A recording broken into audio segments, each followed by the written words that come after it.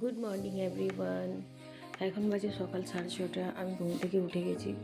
ঘরের যা অবস্থা, আমার ছেলে মেয়ে করে রাখে রাত্রেবেলায় পড়বে, চারদিকে বই ব্যাগ সব ছড়িয়ে ছিটিয়ে রেখে দেবে। এখন আমি দরজা খুলিনি, কারণ ঠান্ডাটা প্রচুর আছে, দিয়ে কোনো কিছু বাগা গোছা হয়নি। খুব ঘর আমার এখন এলোমেলো, কিন্তু প্রতিদিন রাত্রে হলে তো আমি রান্নাঘরটা বাগিয়ে রাখি, কারণ সকালে ঘুম থেকে উঠে আমি যদি রান্নাঘরে এই বাসনপত্র সব কিছু যদি এটুকুটা আমি দেখিয়ে দিই, তাহলে কিন্তু আমার সকালবেলায় অসুবিধে হয়। কারণ রান্নাঘরটা প্রত্যেকদিন রাত্রেবেলাতেই আমি বাগিয়ে গুছিয়ে তারপর শুতে যাই। তাতে যত রাতেই হোক না কেন আমি সব কমপ্লিট করে নিই। গ্যাস মোছার থেকে বাসনঘর থেকে পুরো কমপ্লিট করেই আমি ঘুমোতে যাই। এটা আমার ছোট্ট রান্নাঘর, খুব সুন্দর, আমার কাছে খুব সুন্দর। এখানে চাদরটা জানলার কাছে দেওয়া থাকে, কারণ রাত্রিবেলাতে ওই জানলাটা কীরকম কাজটা আসলে রাত্রিবেলার কিছুক্ষণ লাইট জ্বেলে কোনো কিছু করা হয়, তখন ওই অপোজিট সাইডে আমি বুঝতে পারা যায়। সেইখানে যদিও পাশে কারখানা থাকে কেন যেন, আর ফুরফুর করে ঠান্ডা হাওয়াও ঢুকে, সেই জন্য একটু চাদরটা দিয়ে রাখি যে যাতে ঠান্ডাটা না হয়। আর এখন তো প্রচুর ঠান্ডা। টেবিলটাও পরিষ্কার করে রাখি আমি, এখন তক্তার মধ্যে সব কিছু ড্রামটা তুলে রাখি, কারণ ঝাঁটা দিতে অসুবিধা যাতে না হয়। তারপর পাল্টিয়ে গুছিয়ে করবো সব কিছু। এখানে আমার ছেলে মেয়ে এখন উঠে নেই, আর আজকে তো সানডে, আজ একটু ঘুমোতে দিই ওদেরকে।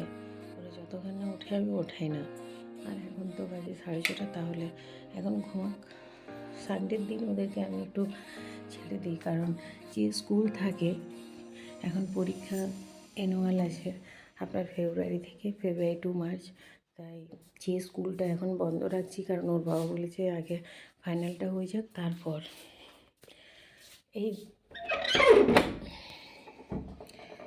এই দরজাটা খুললাম, বাইরের অবস্থা দেখি। আমার তো মনে হচ্ছে বাইরে প্রচুর ঠান্ডা, এত লাগছে। রোদের তো কোনো ছিটে ফোটা নেই, একটু জাস্ট ফোকাসটা দেখতে পাওয়া যাচ্ছে। ওখানে আমার গ্রিলের কাছে একটা আমি পর্দা দেখিয়েছি, কারণ ওই যেভাবে হোক এটি সেটি রেখেছে, আর কিছু করতে পারি না। আর ওর বাবাও সময় পায় না, এলে ডিউটির চাপে ওরও প্রবলেম থাকে। তো যাই হোক, এই হচ্ছে আমার সকালবেলা। সকালে যাবতীয় কাজ টুকটাক করে পর টিফিনটাও বাচ্চাদেরকে করালাম, নিজেও করে নিলাম। এবারে সবজি আনার পথে একটু বেরিয়ে পড়লাম। সামনেই সবজির বাজার, আর একটা টোটোকে বলেছি, কারণ ছেলেটা ছোট, অতটা হাঁটতে পারে না, ওর তুলনায় ওটা একটু দূরে। এই পৌঁছে গেছি সবজি বাজার। আর এই আলুর দোকানে এসে একটু আলু কিনছিলাম। আমার মেয়ে চারদিকটা ভিডিও করছে। সবজি দোকানে সবজি মোটামুটি আমার নেওয়া হয়ে গেল। মোটামুটি সবজি বাজার থেকে চলে এলাম। এরপরে বাড়ির চাবি খুলে আমি ভিতরে ঢুকছি, তো ব্যাগটা আমার মেয়ে ক্যামেরা এই বাড়িতে ঢুকে দেখছি কী কী এনেছি, সেটা সবাইকে আমি দেখাচ্ছি। বাড়ির ভিতরে ঢুকে গেলাম। আমার ঘরে যেহেতু রোদ ঢুকে না, সেই হিসাবে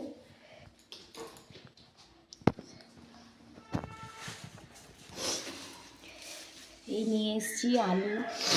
এই আলু আছে, পেঁয়াজ আর আদা রসুন নিয়েছি, আর এই মাছ, গাজর নিয়ে এলাম, কাঁচা গাজর, মটরশুঁটি, আর কম করে একটু টমেটো, একটা নারকেল নিয়ে এসেছি। আর এটা হচ্ছে মাছ আর মাছের তেল। আজ কি বলে, সবজি সপ্তাহে একটা দিনেই আমি করি, কিন্তু আজকে সেরকমভাবে সবজি আমি আনতে পারিনি, কারণ আজ প্রচুর সবজির দাম। এই মাছ নিলাম 1 কিলো মাছ, আর এই গাজর আর আলু পেঁয়াজটাই বেশি করে নিয়ে এলাম। পরে তখন আবার একবার যেয়ে দেখা যাবে এগুলো যখন শেষ হবে। দুপুরে রান্না কমপ্লিট করে নিয়েছি। রান্না করার পর কী বানালাম, এখানে মাছের তেল আর পেঁয়াজ আছে,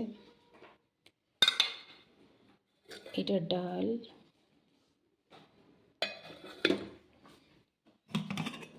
এটা ভাত, এটা গাজর আলু ভাজা। আমার ছেলের খুব পছন্দ একটা জিনিস, আমার মেয়েকে জোর করেই খাওয়ানো হয়, গাজরগুলো ফেলে ফেলে বেছে দেয়। এটা একটু মাছটা একটু কম কম হালকা হালকা মশলা, টমেটো, ধনেপাতা দিয়ে করেছি। ধনেপাতাটা গলে একবারই মিশে গেছে। এরপরে খাওয়া দাওয়া করবো। এখানে মেয়ে প্রজেক্ট করছে।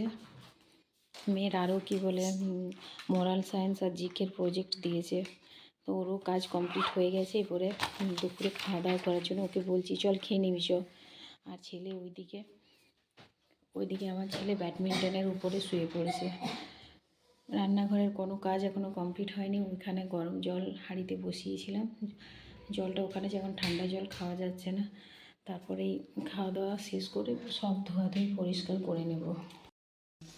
দুপুরবেলাতে ডাল, মাছটা একটু কী বলে ধনে পাতা টমেটো দিয়ে করেছি, হালকা একটু মশলা। এখানে গাজর আলু ভাজা, এটা মাছের তেল, আর এটা আমার খাবার সময় একটু পেঁয়াজ চাই। যাই হোক, আমি দুপুরের এই বাসনগুলো আজ বাসন একটু অনেক হয়ে গেছে।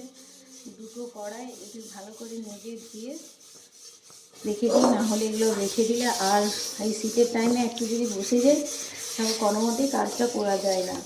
তাই আমি দুপুরবেলায় খাবার টেবিল পরিষ্কার করে এগুলো বাসনটা নিয়ে চলে এলাম বাসনটা মাজার জন্য। ঘরের দুপুরবেলার অবস্থা দেখুন।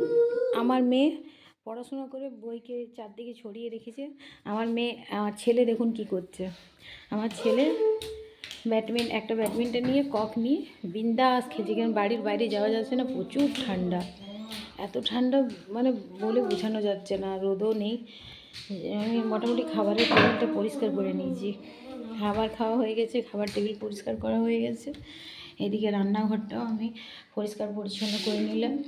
ওখানে হাঁড়ির মধ্যে গরম জল করে রাখি, কারণ ঠান্ডা জলটা খাওয়া যাচ্ছে না।